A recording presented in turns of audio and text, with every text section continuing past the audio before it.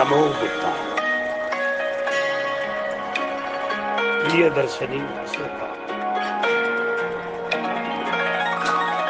जय भीम सखी।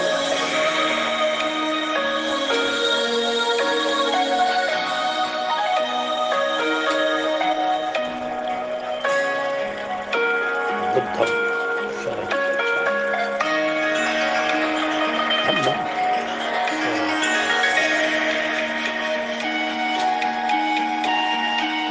शरणं शरणं गच्छामि।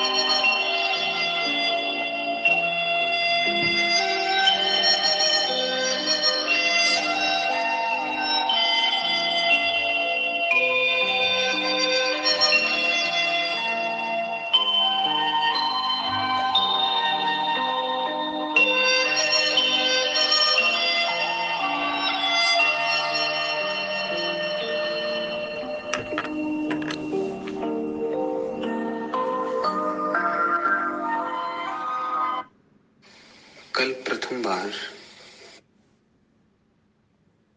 विपस्सना क्या है ये जाने।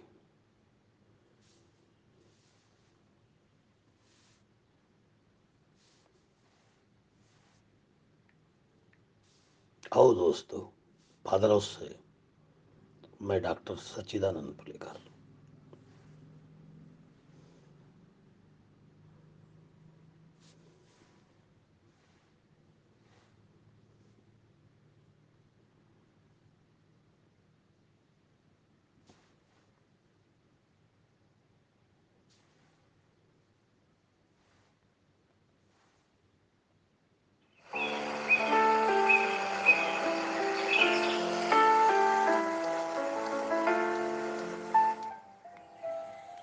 नमो बुद्धाय। नमो धम्मा। नमो संघा।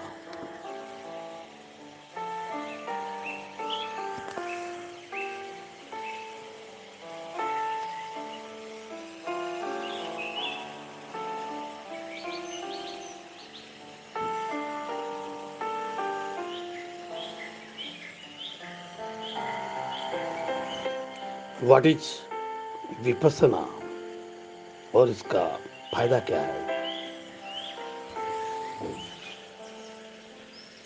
हम इसे मेडिटेशन भी कहते हैं, हम इसे जैन मेडिटेशन कहते हैं।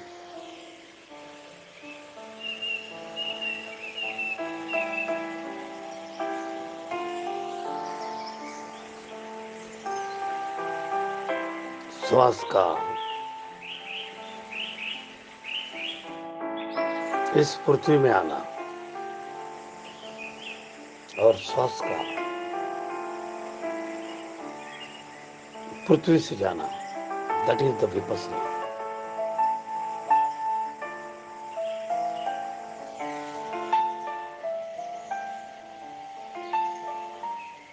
भगवान बुद्ध का धम्म ही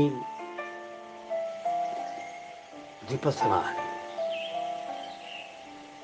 जहां भी आप देखो बुद्ध की मुद्रा विपස්සना से भरी हुई है।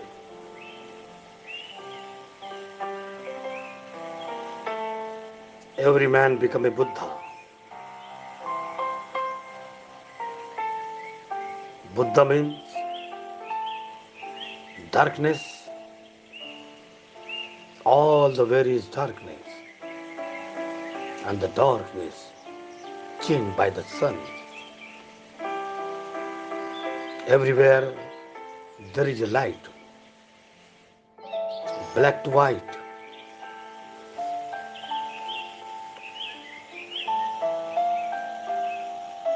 That is the vipassana. Every people come to the light. This life is very short. There is a binding of life.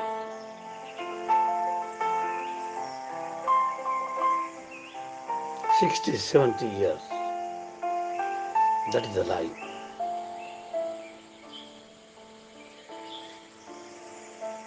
हमारी श्वास है तो हम जिंदे हैं, और हमारी सांस बंद है, पूरी बंद है, तो हमारा शरीर मट्टी है। इस शरीर को ज्यादा देर रखेंगे तो कीड़े लगते हैं, सड़ जाता है, गल जाता है।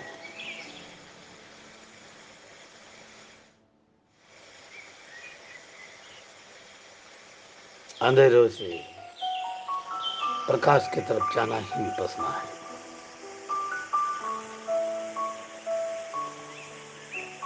आओ दोस्तों, आज हम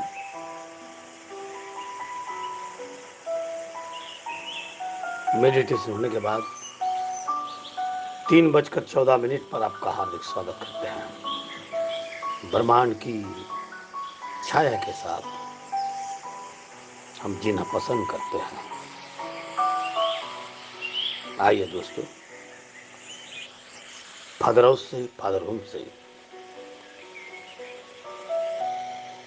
मैं डॉक्टर सच्चिदानंद पुलेकर, मेरा दीक्षा भूमि, आपका हार्दिक स्वागत करता हूँ।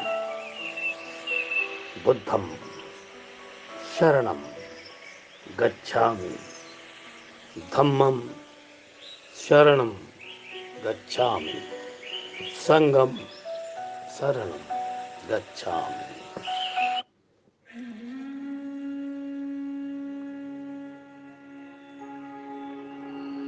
बुद्धं शरणं गच्छामि, बुद्धं शरणं गच्छामि,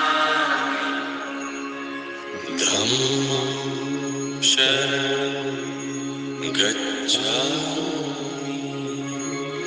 धम्मं शरणं गच्छामि,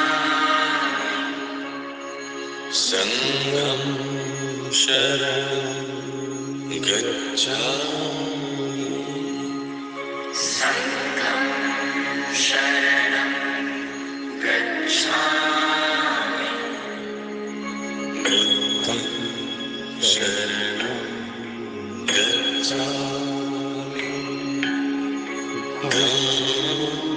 शरणं गच्छामि संघं शरणं गच्छामि शरणं गच्छामि धम्मं शरणं गच्छामि संघं शरणं गच्छामि शरणं गच्छामि धम्मं शरणं गच्छामि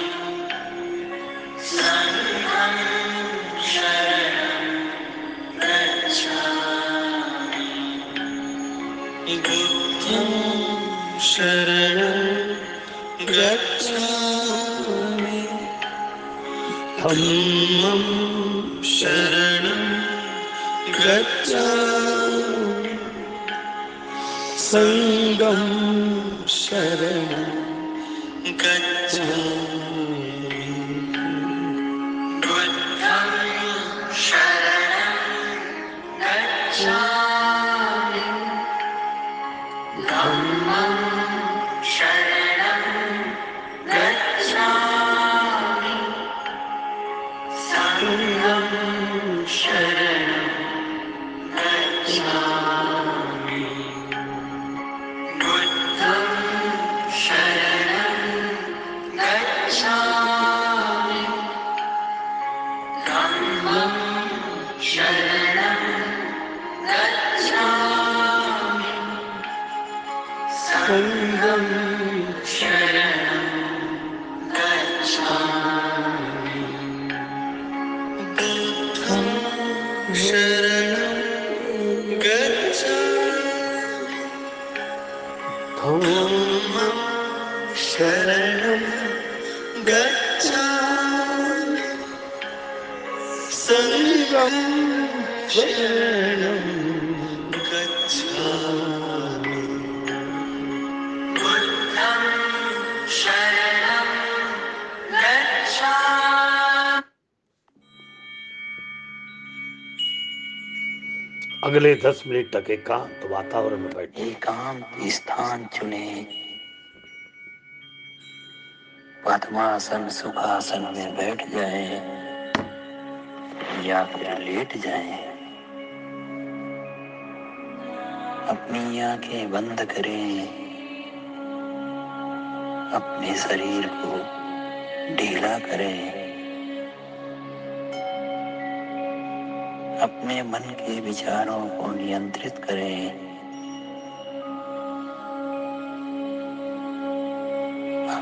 आप धीरे धीरे धीरे धीरे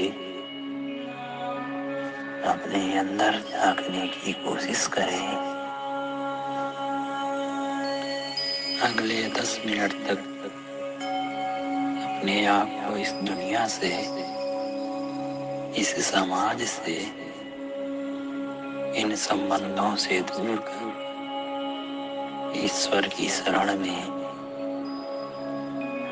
जाने के लिए तैयार करें। आपकी अंतरात्मा आपको पुकार रही है। आपकी आत्मा से, आत्मा का परमात्मा से मिलन होगा।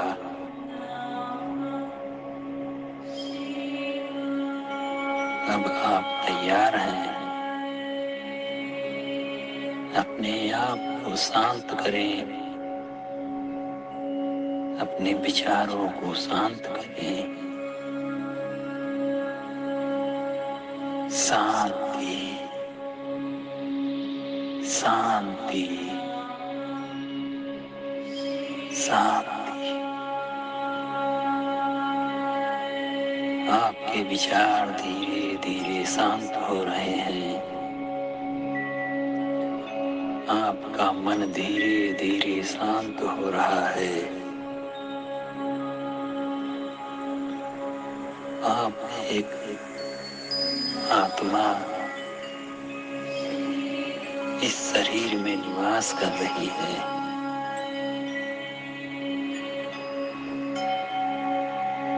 आप बहुत शक्तिशाली हो। आप बहुत सुंदर हो।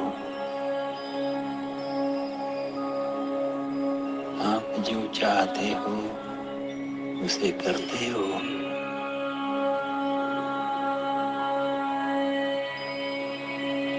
आप इस शरीर में निवास करते हो। सारे दुख सुख इस संसार में जितने भी कष्ट हैं इस शरीर के हैं, आपके नहीं हैं। आप एक आत्मा हो। आत्मा तो सारे कष्टों से, सारे दुख दर्द से मुक्त है। और गहरे जाने का प्रयास करें। अपनी सांसों को नियंत्रित करें। अपने ललाट के मध्य में, दोनों बाहुओं के बीच में स्थित बिंदु पर अपना ध्यान केंद्रित करें।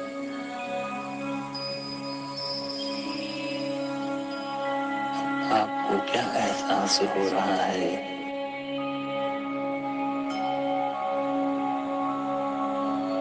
आप गहरे जा रहे हैं। आपका मन शांत हो रहा है। आपका चित्त शांत हो रहा है।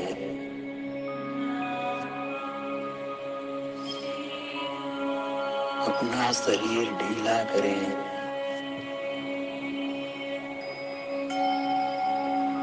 शांत हो जाए। शांत हो जाए। शांति।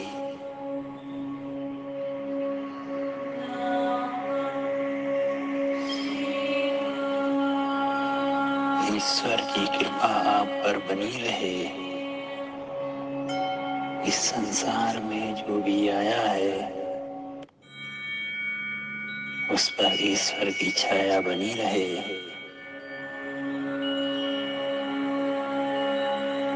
आप इस संसार के कष्टों से मुक्त हो।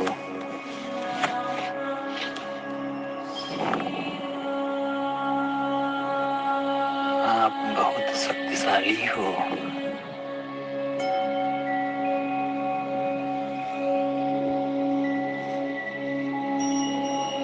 अगले 5 मिनट तक इस ओम के उच्चारण को सुने और अपने अंदर एक सकारात्मक ऊर्जा का एहसास करें। ओम शांति। ओम शांति। ओम शांति।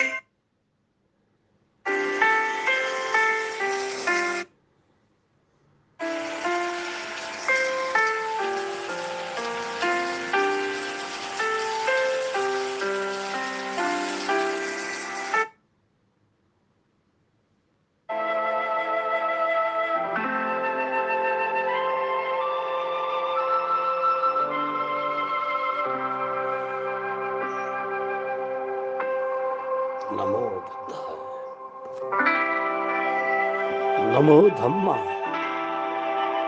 नमो संघा, नमो संघा।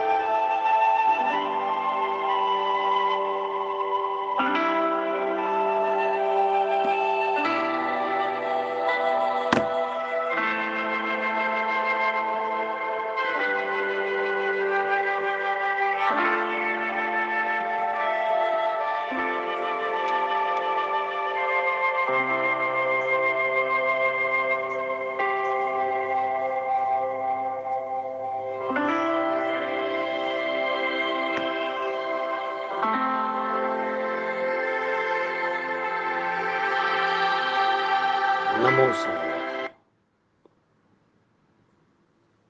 नमो धम्मा, बुद्धम शरणम गच्छामि। व्हाट इज विपස්සना और इसके क्या फायदे हैं? आइए दोस्तों,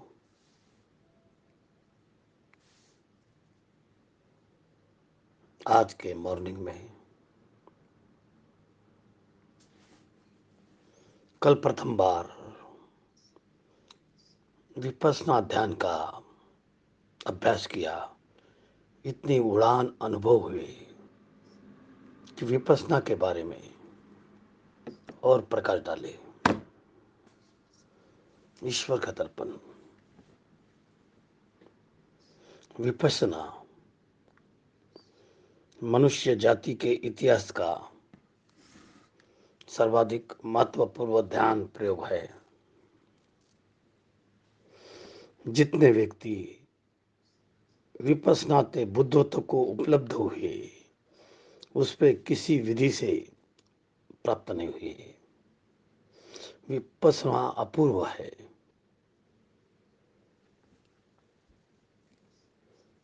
विपස්සना शब्द का अर्थ होता है देखना, लौट कर देखना। बुद्ध कहते थे, यही पश्चिम को आओ, आओ और देखो। बुद्ध किसी धारणा आखिर नहीं रखते थे। बुद्ध के मार्ग चलने के लिए ईश्वर को मानना न मानना, आत्मा को मानना, परमात्मा को मानना आवश्यक नहीं।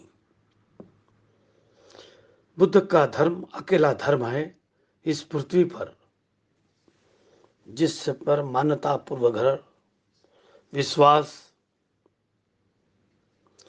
इत्यादि की कोई आवश्यकता नहीं है। बुद्ध का धर्म अकेला वैज्ञानिक धर्म है।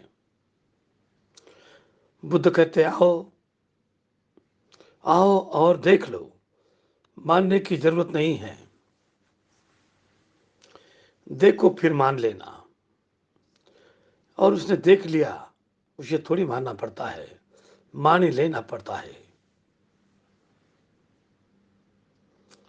और बुद्ध की देखने की जो प्रक्रिया थी, दिखाने की जो प्रक्रिया थी, उसका नाम है विपස්සना। विपස්සना बड़ा सीधा साधा प्रयोग है। अपनी आती जाती श्वास पर साक्षी भाव। श्वास जीवन है। श्वास से तुम्हारी आत्मा और तुम्हारी देह जुड़ी है। श्वास सेतु है। इस पार देह है, उस पार चैतन्य है, मध्य में श्वास है। यदि तुम श्वास को ठीक से देखते रहो तो अनिवार्य रूप से, अपहारी रूप से शरीर से तुम भिन्न अपने को जानो। श्वास को देखने के लिए हो जाएगा, तुम अपनी आत्मा चेतना में स्थिर हो जाओ। बुद्ध कहते नहीं है कि आत्मा को मानो, लेकिन श्वास को देखते हैं कि और तरीका उपाय ही नहीं। जो श्वास को देखेगा वो श्वास से भिन्न हो गया, और जो श्वास से बिना विलंब में हो गया वो शरीर से भिन्न नहीं हो गया। क्योंकि शरीर सबसे दूर है, उसके बाद श्वास है, उसके बाद तुम हो। और तुम श्वास को देखा तो श्वास को देखने का शरीर अनिवार्य रूप से छूट गए। शरीर से छूटो, श्वास से छूटो और शाश्वत का दर्शन होता है। वो दर्शन में ही उड़ान है, चैन है, इसकी ऊंचाई है, उसकी गहराई है। बाकी तो कोई ऊंचाई नहीं है जगत में, ना कोई गहराई है जगत में। बाकी तो व्यर्थ की आपाधापी है। फिर श्वास आने का अर्थ महत्वपूर्ण है। यह तुमने देखा हो, क्रोध में श्वास को एक ढंग से चलती है, करुणा में दूसरे ढंग से चलती है, दौड़ते हो तो एक ढंग से चलती है, आहिस्ता चलती हो तो दूसरे ढंग से चलती है। चित्त ज्वरग्रस्त होता है, एक ढंग से चलती है। तनाव से भरा होता है, एक ढंग से चलती है। और चित्त शांत होता है, मौन होता है, तो दूसरे ढंग से चलती है। श्वास भावों से जुड़ी है। भाव को बदलो, श्वास बदल जाती है। श्वास को बदलो, भाव बदल जाते हैं। जरा कोशिश करना। क्रोध आए मगर श्वास को डोलने मत देना। श्वास को स्थिर रखना, शांत रखना। श्वास का संगीत अखंड रखना। श्वास का संग न छूटे, फिर तुम क्रोध न कर पाओगे। तुम मुझसे मुश्किल में पड़ जाओगे। करना चाहोगे तो क्रोध में करना पाओगे। क्रोध उठेगा तो भी गिर जाएगा। क्रोध के होने के लिए जरूरी है संस आंदोलित हो जाए। संस आंदोलित हो तो भीतर का केंद्र डगमगाएगा। नहीं तो क्रोध देह पर ही रहेगा। देह पर आए क्रोध का कुछ अर्थ नहीं, जब तक चेतना उसके आंदोलित ना हो। चेतना आंदोलित हो तो जुड़ गए। फिर इससे उल्टा भी सच है। भावों को बदलो, श्वास बदल जाती है। तुम कभी बैठे हो सुबह उगते सूरज को देखते हुए नदी तट पर। भाव, शांति, कोई तरंगे नहीं, चित्त नहीं। उगते सूर्य के साथ तुम लवलीन हो। लौट कर देखना श्वास का क्या हुआ। श्वास बड़ी शांत हो गई। श्वास में एक रस हो गया, एक स्वाद, छंद बन गया। श्वास संगीत पूर्ण हो गई। विपස්සना अर्थ है शांत बैठकर श्वास को बिना बदले। ख्याल रखना, प्राणायाम और विपස්සना में यही भेद है। प्राणायाम में श्वास को बदलने की चेष्टा की जाती है। विपස්සना में श्वास जैसी है वैसी ही देखने में रहती, आकांक्षा है जैसी है। उबड़ है, खाबड़ है, अच्छी है, बुरी है, तेज है, शांत है, दौड़ती है, भागती है, ठहरी है, जैसी भी है। बुद्ध कहते हैं तुम अगर चेष्टा करते हो श्वास को किसी नियोजित करोगे तो चेष्टा से मैं तफुल नहीं होता। चेष्टा तुम्हारी, तुम ही छोटे हो। तुम्हारी चेष्टा तुमसे बड़ी नहीं हो सकती। तुम्हारे हाथ छोटे हैं, तुम्हारे हाथ की जहां जहां छाप होगी वहां वहां छोटापन होगा। इसलिए बुद्ध ये नहीं कहा है श्वास को तुम बदलो। बुद्ध ने प्राणायाम समर्थन नहीं किया। बुद्ध ने कहा तो तुम बैठ जाए, श्वास तो चली रही है जैसी चल रही है। बैठ बैठ कर देख कर रहो। इस राह पर विराटे किराने देखते रहो। यात्री को देखो, नदी तट पर देखकर नदी की बहती धार को देखे। तुम क्या करोगे? आई बड़ी एक तरंग तो देखेंगे और नहीं आई तरंग तो देखेंगे। राह पर निकली काटे कारे बसें देखोगे, नहीं निकली तो देखोगे। गाय भैंस निकली तो देखोगे। जो भी है जैसा है उसका वैसे ही देखते रहो। जरा भी बदलने की आकांक्षा आरोपित ना करो। बस शांत बैठकर श्वास को देखते रहो। देखते देखते ही श्वास शांत हो जाती है। देखने में ही शांति है। और निर्चुनाव बिना चुने देखने में बड़ी शांति है। अपने करने का प्रश्न ही नहीं आया। जैसा है ठीक है, जैसा है शुभ है, जैसा है गुजर रहा है, आंखों के सामने गुजर रहा है, हमारा उससे कुछ लेना देना नहीं है, तो उद्विग्न होने का कोई सवाल ही नहीं है। आशक्त होने की कोई बात ही नहीं है। जो भी विचार गुजर रहे हैं निष्पक्ष देख रहे हो। श्वास की तरंग भी धीमे धीमे शांत होने लगेगी। श्वास भीतर आती है, अनुभव करो इस पर। नासापुटन श्वास भीतर गई, फेफड़े फैले, अनुभव करो फेफड़ों का फिरना। फिर सब रुक गया। अनुभव करो उस रुके हुए क्षण को। फिर श्वास बाहर चली, फेफड़े सूख रहे, अनुभव करो उस सुकड़ने को। फिर नासापुट से श्वास बाहर गई, अनुभव करो उस सांस को। नाटापुटों से बाहर जाती है, फिर क्षण भर ठहर गया, फिर नई श्वास आई। ये पड़ाव है। श्वास का भीतर आना, क्षण भर श्वास का भीतर ठहरना, फिर श्वास का बाहर जाना, क्षण भर फिर भीतर ठहरना, फिर नई श्वास का आवागमन। ये वर्तुल है। इस वर्तुल को चुपचाप देखते रहो। करने की कोई बात नहीं, सिर्फ देखो। भी विपස්සना करता क्या होगा उस देखने से? इस देखने से अपूर्व होता है। इसके देखते देखते ही चित्त के सारे रोग दूर हो जाते हैं। इसके देखते ही मैं देर मैं इसकी प्रत्यक्ष हो जाती है। देखते देखते ही मैं मन नहीं हूँ, इसका स्पष्ट अनुभव हो जाता है। और अंतिम अनुभव होता है, मैं श्वास भी नहीं हूँ। फिर मैं कौन हूँ? फिर उसका कोई उत्तर दे ना पाओगे। जान तो लोगे, नंतर गूंगे का गुड़ हो जाएगा। वही है उड़ान। पहचान तो लेंगे मैं कौन हूँ, मगर अब बोल ना पाओगे। अब अबोल हो जाओगे, अब मौन हो जाओगे। गुनगुनाओगे तो भीतर के भीतर मीठा मीठा श्वास भी लोगे। नाचोगे मस्त होकर, बांसुरी बजाओगे, पर कह ना पाओगे। ईश्वर समर्पण ठीक ही हुआ। कहाँ तुमने इतनी उड़ान अनुभव ली।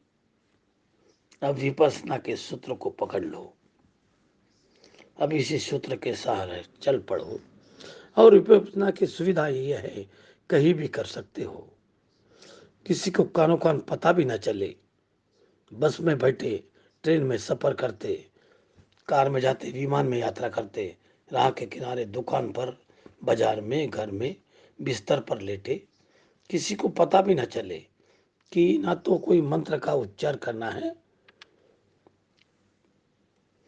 न कोई शरीर का विशेष आसन सुनना है। धीरे धीरे इतनी सुगम और सरल बात है, इतने भीतर बात है, कहीं भी कर सकते हो।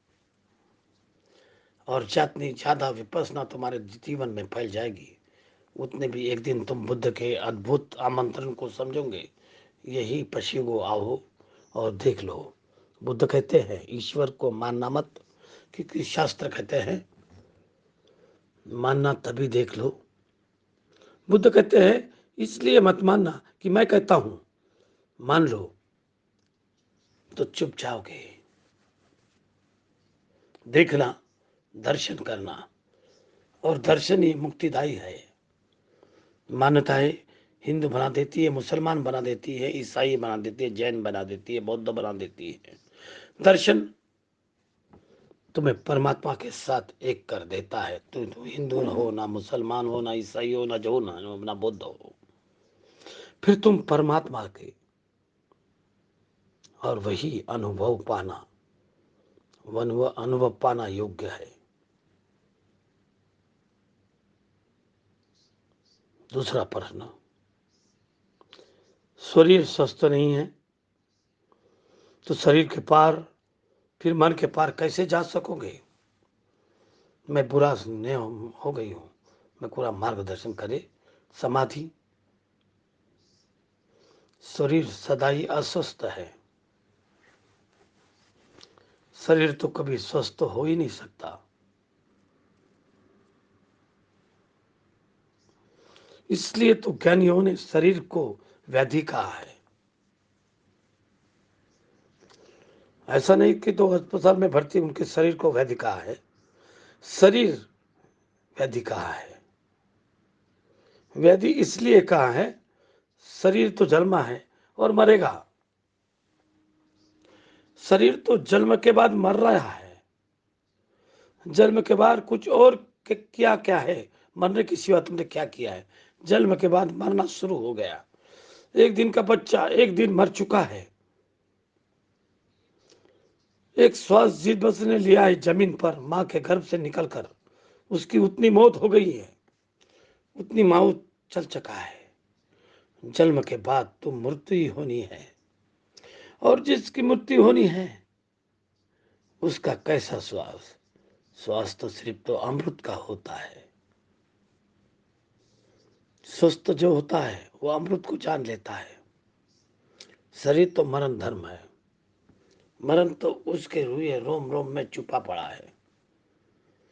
देर अबेर की बात है, शरीर तो मरघट है, इसलिए चिंता ना करो।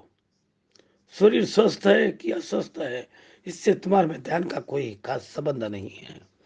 क्या समाधि तो सोचती है जिनके शरीर स्वस्थ है वो ध्यान को उपलब्ध हो रहे हैं? हाल में तो अक्षर उल्टी है। जिनके शरीर स्वस्थ है उनकी ध्यान की शाश्वती सोचेंगे भी नहीं। वो सोचेंगे बुढ़ापा में अभी क्या कर जल्दी पड़ी है, अभी तो 4 दिन की जिंदगी मिली है, लूट लो, खा लो, मजा कर लो, मौज कर लो, सभी कर लो। आएगी मौत तब देखेंगे, फिर देखेंगे। अभी तो हम मजबूत है, अभी तो हम जवान हैं। शरीर के स्वस्थ होने के ध्यान का कोई संबंध नहीं है, लेकिन शरीर स्वस्थ कभी होता नहीं। स्वस्थ से स्वस्थ शरीर भी बस दिखाई पड़ता है। क्षण भर में सब टूट जाएगा, क्षण भर में सब बिखर जाएगा। शरीर का श्वास का ऐसा ही है जैसे पानी। पानी की स्थिरता, जरा हवा का झोंका आएगा सब अधीर हो जाएगा, लेकिन इससे कुछ बाधा नहीं पहुंचती। सच तो ये है, ये मृत्यु ना होती कोई ध्यान भी नहीं करता। बुद्ध को भी मृत्यु को देखकर ही ये स्मरण आया था कि मैं जीवन कब तक गमाऊंगा, उसे खोज लूं, जल्दी खोज लूं जिससे कोई मृत्यु ना होती है। राह के किनारे देखकर आदमी की लाश को ले जाते थे। बुद्ध ने अपने स्वार्थी को पूछा, इसे क्या हो गया? स्वार्थी ने कहा, यह आदमी मर गया। बुद्ध ने कहा, मरना? मैं भी मर जाऊंगा इस तरह? स्वार्थी ने कहा, हाँ। कैसे कहूं, किन शब्दों में कहूं? आप ऐसा प्रश्न उठाते हैं, मुझे अड़चन में डाल देते हैं। लेकिन झूठ भी नहीं कह सकता हूं। आप सुंदर है, युवा है, स्वस्थ है, लेकिन मौत तो होगी। मौत सबकी होती, मौत अपरिहार्य है, उसे कहीं कोई बचा नहीं। बुद्ध जानते थे मनुष्य समय में भाग लेने। उन्हें स्वार्थी को कहा, हाँ, रथ वापस लौटाओ, अब ये मनुष्य में जाने का समय नहीं है। स्वार्थी में क्या कहते हैं आप? ये प्रतीक्षा करते हुए मनुष्य में आपकी आपके हाथ से उद्घाटन होना है। बुद्ध ने कहा, हो चुका उद्घाटन, अब मुझे मनुष्य में कोई रस नहीं। मेरे सामने एक प्रश्न खड़ा हुआ है, अगर मौत होनी है तो मौत के पहले मुझे उसे जानना जरूरी है जो अमृत हो, और जब तक अमृत को न जाने तब तक चैन नहीं। उसी रात बुद्ध ने घर छोड़ दिया, उसी रात यात्रा पर निकल गए। मृत्यु है, इसलिए ध्यान की खोज शुरू होती है। देश अस्वस्थ है, उसे दुर्भाग्य ना समझे, इसे सौभाग्य में बदल लो। फिर देख का अस्वस्थ होना बाधा बनेगा। अभी मैंने विपස්සना की बात कही। देह स्वस्थ हो गया कि अस्वस्थ, जवान हो कि मृत्यु, सुंदर हो कि कुरूप, स्त्री की हो कि पुरुष की, कोई भेद नहीं करेगा। श्वास तो चली रही है। समाधि तो इतनी अस्वस्थ नहीं कि श्वास ना चलती हो। इतनी अस्वस्थ होती तो प्रश्न ही कौन पूछता। तो जा ही चुके हो, श्वास तो चली रही है, बस इतना ही तो चाहिए और कुछ नहीं चाहिए। इसी श्वास के प्रति जागो। बैठकर जागो, खड़े होकर जागो, चलते हुए जागो, सोकर जागो, लेट के जागो, इस श्वास के प्रति जागो। ये तो बीमार से बीमार आदमी भी कर सकता है। ये जो अस्पताल में भर्ती है वो भी कहता हूँ यही करो। और सच तो ये है, दिन भर की घर की आपाधापी में समय भी नहीं मिलता। यदि अस्पताल में सौभाग्य से 15 दिन रह जाता है महीना, तो ध्यान का समय मिल जाता है। वहाँ कुछ और करने को कुछ भी नहीं है। बिस्तर पर लेटे लेटे और क्या करोगे। श्वास तो देख सकते हो, आती श्वास जाती श्वास।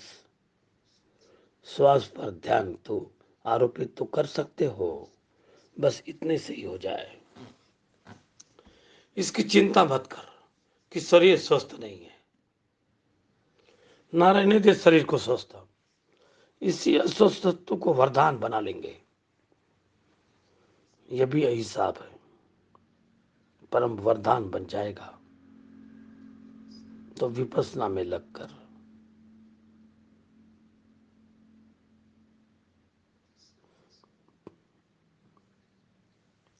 विरह क्या है, तीसरा प्रश्न करता हूं, विरह क्या है। पूछते हो तो समझ ना पाओगे, समझते तो पूछते नहीं,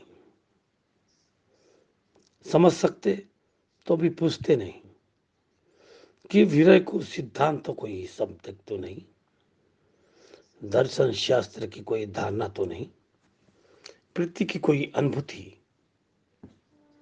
जैसे किसी ने प्रेम से नहीं किया, और प्रेम क्या है, अब कैसे समझाए उसको, कैसे जतलाए उसको। ऐसे जैसे अंधे ने पूछा प्रकाश क्या है, अब क्या प्रकार उपाय बताने के। और जो भी हम बताने चलेंगे, अंधे को उलझन में डाल जाएंगे। अंधा समझेगा तो नहीं, और चक्कर में विभूषण में पड़ जाएगा। विरह अनुभूति है, प्रेम किया हो तो जान सकते हो। और जिसने प्रेम किया है वो विरह जान ही लेगा। प्रेम के दो पहलू होते हैं। पहली मुलाकात जिससे होती है वो विरह, और दूसरी मुलाकात होती है वो मिलन। प्रेम के दो दो अंग है, विरह और मिलन। विरह में पकता है भक्त, और मिलन में परीक्षा पूरी हो गई, पुरस्कार मिला। विरह तैयारी है, मिलन उपलब्धि है।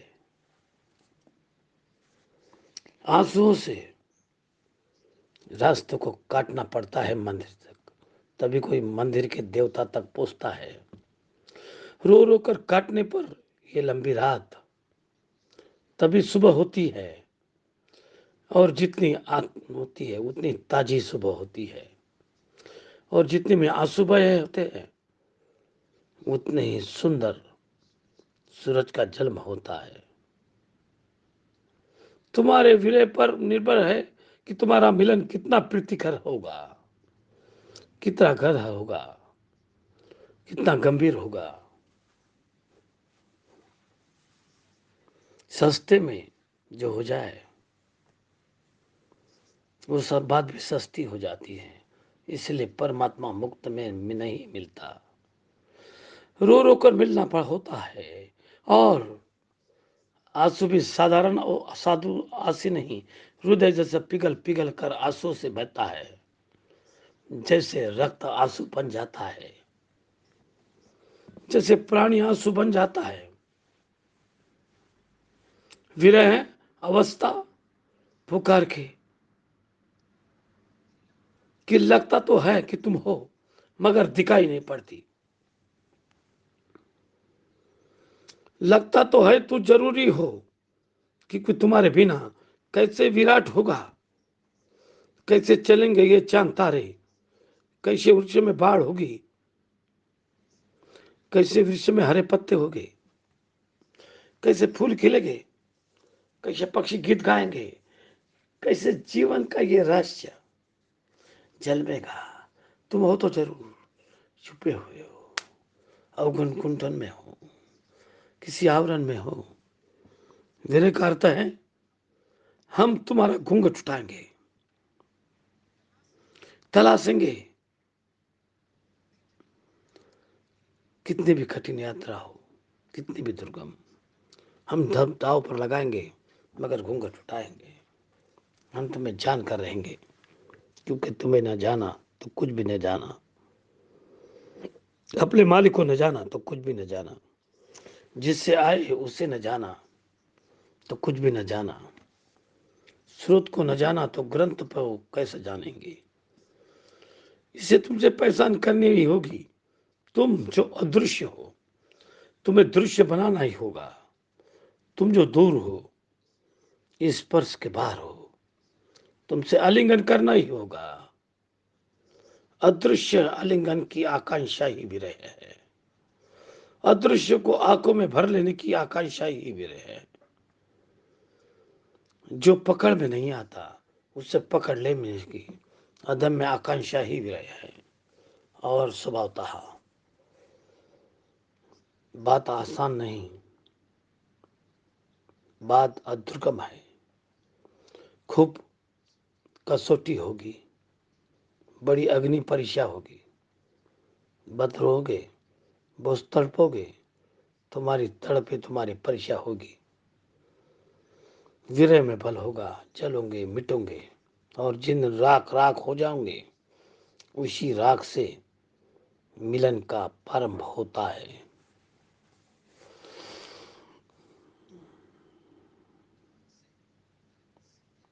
और ये सब बातें विपन्नता से होती है।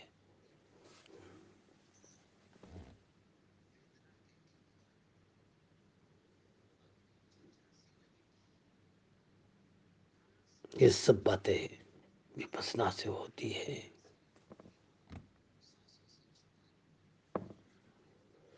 वही तुम प्रेम का पहला पाठ सीखोगे।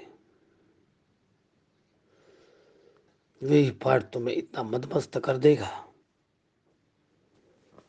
कि तुम जल्दी ही पूछने लगोगे और पूरा प्रेम पात्र का खोलोगे।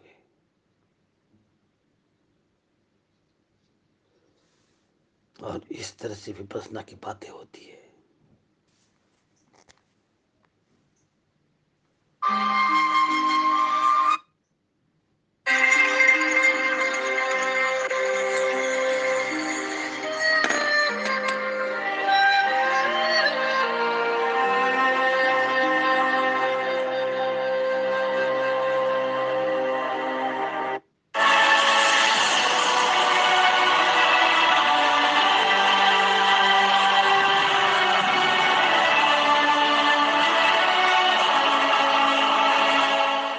This is a very, very important word. बहुत ही महत्वपूर्ण वचन है। I spoke about biblical meditation for spiritual breakthrough. और आत्मिक आश्चर्य के लिए बाइबल रूपी जो मनन होता है उस पर चर्चा की गई थी। And I told you that how नमो बुद्धाय।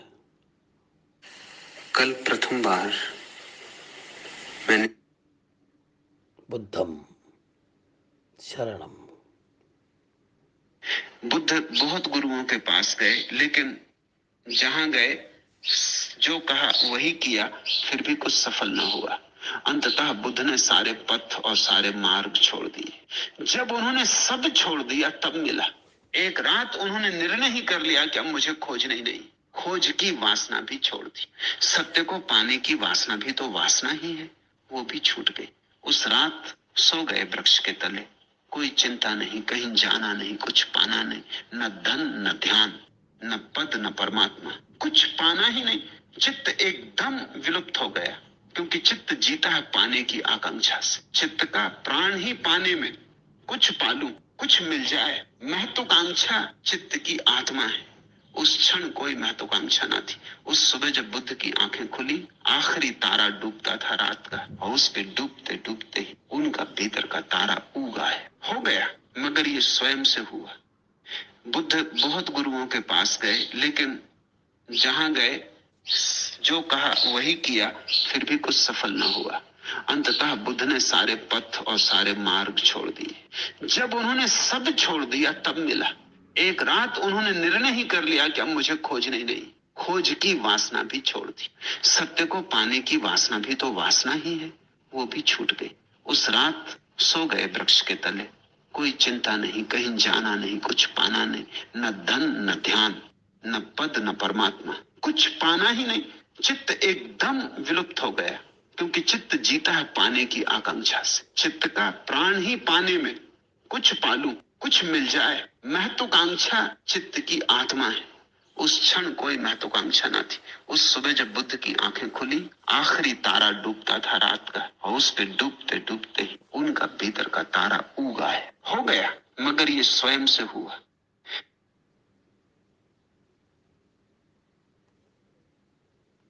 जाग ही आप उस चीज के प्रति सकते हैं जो आप नहीं है, क्योंकि आप जागेंगे हमेशा दूसरी चीज के प्रति जागेंगे। शरीर के प्रति जागेंगे और शरीर अलग हो जाएगा। एक फकीर था, मुसलमान फकीर था, शेख फरीद। शेख फरीद के पास कोई गया और पूछने लगा कि मैंने सुना है कि जीसस को सूली दी गई और जीसस सूली पे लटकाए जा रहे थे तो भी हंस रहे थे, ये कैसे हो सकता है कि आदमी का शरीर लटकाया जा रहा हो सूली पर और आदमी हंसता हो? और उस आदमी ने पूछा, मैंने ये भी सुना है कि मंसूर के साथ तो और भी दुर्व्यवहार किया गया। मंसूर के पहले पैर काटे गए, फिर हाथ काटे गए, फिर आंखें फोड़ी गई, और मंसूर हंसता रहा। ये नहीं हो सकता, ये कैसे हो सकता है? जिसके पैर कट गए हों, पैर से लहू गिर रहा हो, जिसके हाथ कट गए हों और जिसकी आंखें फोड़ दी गई हों, वो हंस रहा हो, ये नहीं हो सकता। घर में मेहमान था एक बार एक गांव में। वहां एक कवियत्री सम्मेलन हो रहा था, अखिल भारतीय कवियत्री सम्मेलन। तो मेरे मित्र ने मुझे भी कहा, आप भी चलिए। सारे देश की महिला कवित्रियां इकट्ठी हो रही।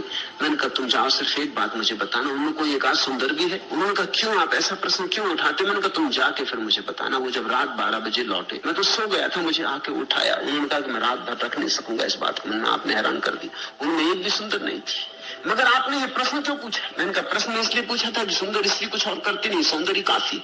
असुंदर स्त्रियां कुछ करती देखी जाती, समाज सेविकाएं बन जाएंगी, कवित्रियां बन जाएंगी, चित्रकार बनेंगी, क्योंकि सौंदर्य की कमी है, कुछ खटक रहा है।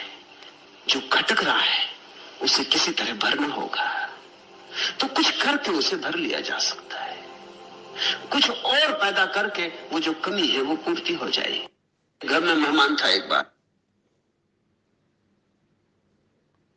भगवान गौतम बुद्ध के 2 ऐसे विचार जो आपके जीवन को बदल देंगे। नंबर 1, आकाश में पूरब और पश्चिम का कोई भेद नहीं होता।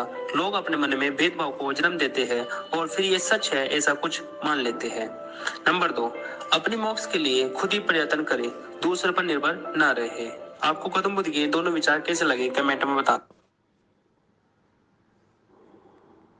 एक बार गौतम बुद्ध ने अपने शिष्य आनंद से पानी लाने के लिए कहा। तभी आनंद गांव के एक नदी के पास गया और वहां उसने देखा कि उस नदी में कई लोग कपड़े धो रहे हैं, कुछ अपने जानवरों को नहला रहे हैं, तो इसलिए नदी का पानी गंदा है और इस गंदे पानी को बुद्ध को पिलाना ठीक नहीं है। ये सोचकर वो वापस आ गया और बुद्ध को सारी बातें बता दी। लेकिन बुद्ध का गला सूख रहा था, इसलिए बुद्ध ने फिर बोला कि दोबारा जाओ और पानी ले आओ। तब आनंद फिर से गया और मटके में पानी भरकर ले आया। तब ये देखकर बुद्ध मुस्कुराए और सभी शिष्यों को मैसेज मिले, इसलिए उन्होंने आनंद से पूछा कि पहले तो पानी गंदा था, तो फिर ये साफ पानी कैसे ले आए? तब आनंद बोला कि मैंने कुछ देर वहाँ पर इंतजार किया। जब सब लोग वहाँ से चले गए और गंदा पानी नदी के बहाव में बह गया, तब मैंने साफ पानी भर लिया। तो दोस्तों, ठीक इसी तरह से जब हमारी जिंदगी में भी कोई प्रॉब्लम आती है, तब उस समय दुखी और परेशान होने की जगह हमें पेशेंस रखना चाहिए, इंतजार करना चाहिए और उसके सॉल्यूशंस और अपनी लर्निंग पर फोकस करना चाहिए, क्योंकि इंतजार करने से उस नदी की तरह हमारी जिंदगी से भी प्रॉब्लम साफ हो जाएगी।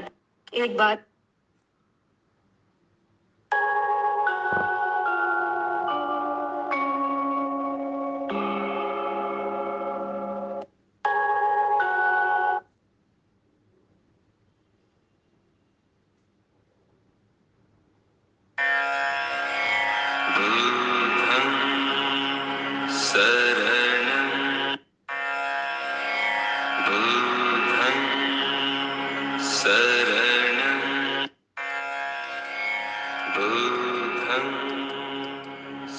हर समस्या के 3 समाधान होते हैं। इसे स्वीकार करो, इसे बदलने की इसे छोड़ दे। यदि आप इसे स्वीकार नहीं कर सकते तो इसे बदल दे। यदि आप इसे बदल नहीं सकते, छोड़ दे। नमो बुद्धाय।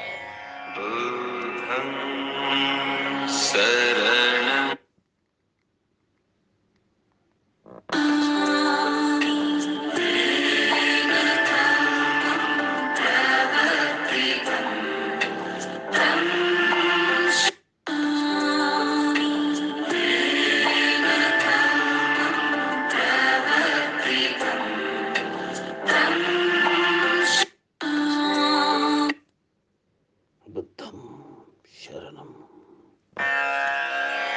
बुद्धं शरणं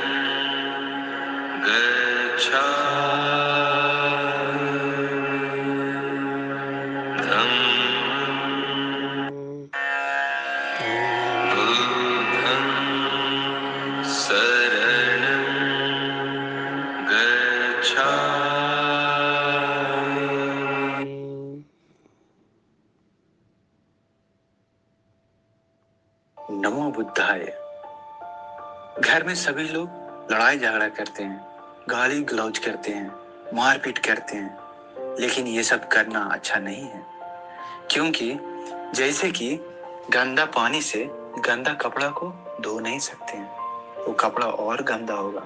उसी प्रकार आप लोग गुस्सा करते हैं, अगला आदमी भी गुस्सा कर रहा है, तो गुस्सा से गुस्सा कभी शांत नहीं होता। इसलिए आप लोग कभी भी गुस्सा मत कीजिए। घर में आप लोग परिवार के साथ एकता में प्यार से मिलजुल कर रहिए, क्योंकि एकता में बल है। नमो बुद्धाय। नमो बुद्धा।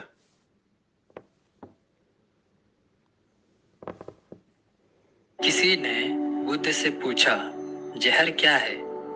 बुद्ध ने बहुत सुंदर जवाब दिया, हर वो चीज जो जिंदगी में आवश्यकता से अधिक होती है, वही जहर है।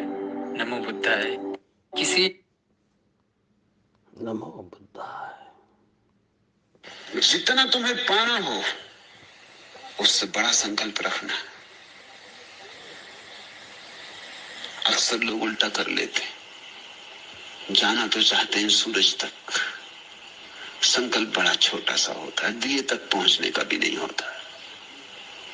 फिर सूरज तक कैसे पहुंचोगे? संकल्प तो आत्यंतिक होना चाहिए।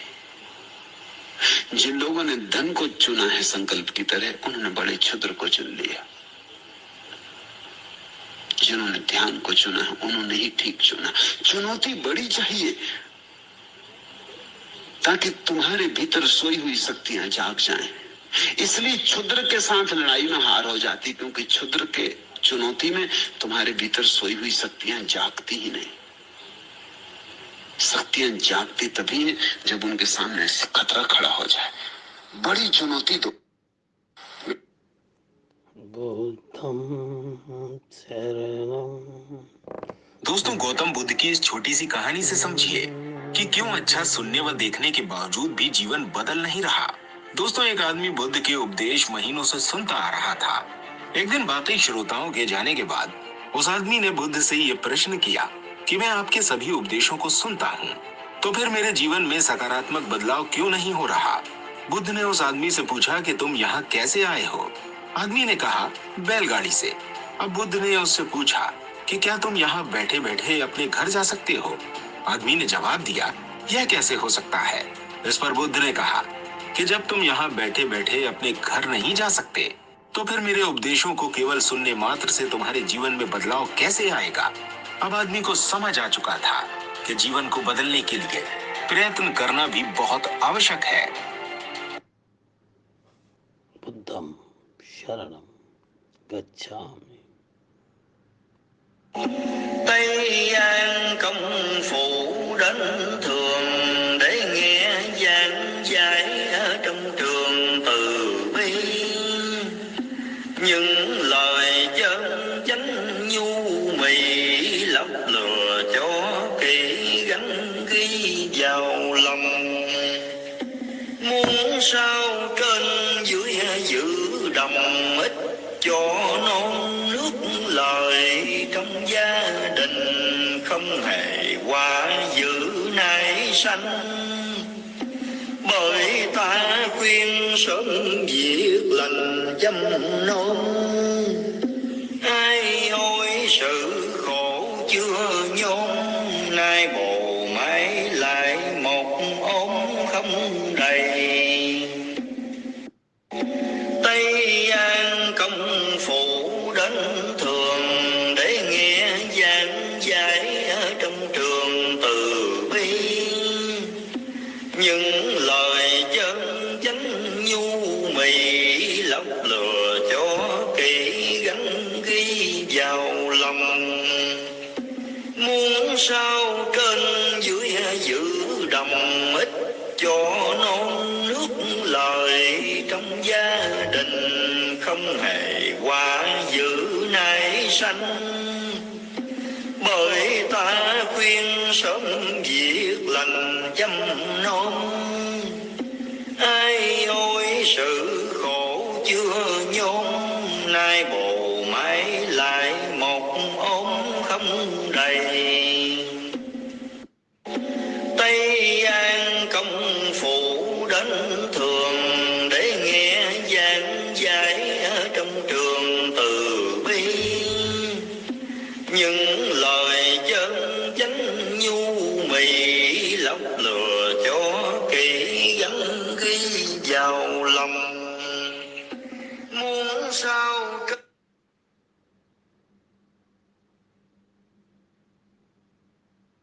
tiền bạc khiến nghĩa nhân rẻ một, lời danh làm đạo đức khô khan. Nhìn bề mặt trái thế gian, thấy đời dĩ mộng đồng sàng mà kinh. Nếu không để tâm nhìn việc cả, thì còn mang khổ quá nặng nề. Sự đời dấu lắm say mê, cái thân giả tạm không hề trường miên. Thân khi hết quý quyền cũng hết vật dấu, còn người chết phủi đi. Tiền bạc khiến nghĩa nhân rẻ một, lời danh làm đạo đức khô khan. Nhìn bề mặt trái thế gian, thấy đời dĩ mộng đồng sàng mà kinh. Nếu không để tâm nhìn việc cả thì còn mang khổ quá nặng nề. Sự đời dấu lắm say mê, cái thân giả tạm không hề trường miên. Thân khi hết quý quyền cũng hết vật dấu, còn người chết phủi đi. Tiền bạc khiến nghĩa nhân rẻ mục, lời danh làm đạo đức khô khan. Nhìn bề mặt trái thế gian, thấy đời dĩ mong đồng sang mà kinh. Nếu không để tâm nhìn việc cả thì còn mang khổ quá nặng. Namo tassa bhagavato arahato samma sambuddhassa.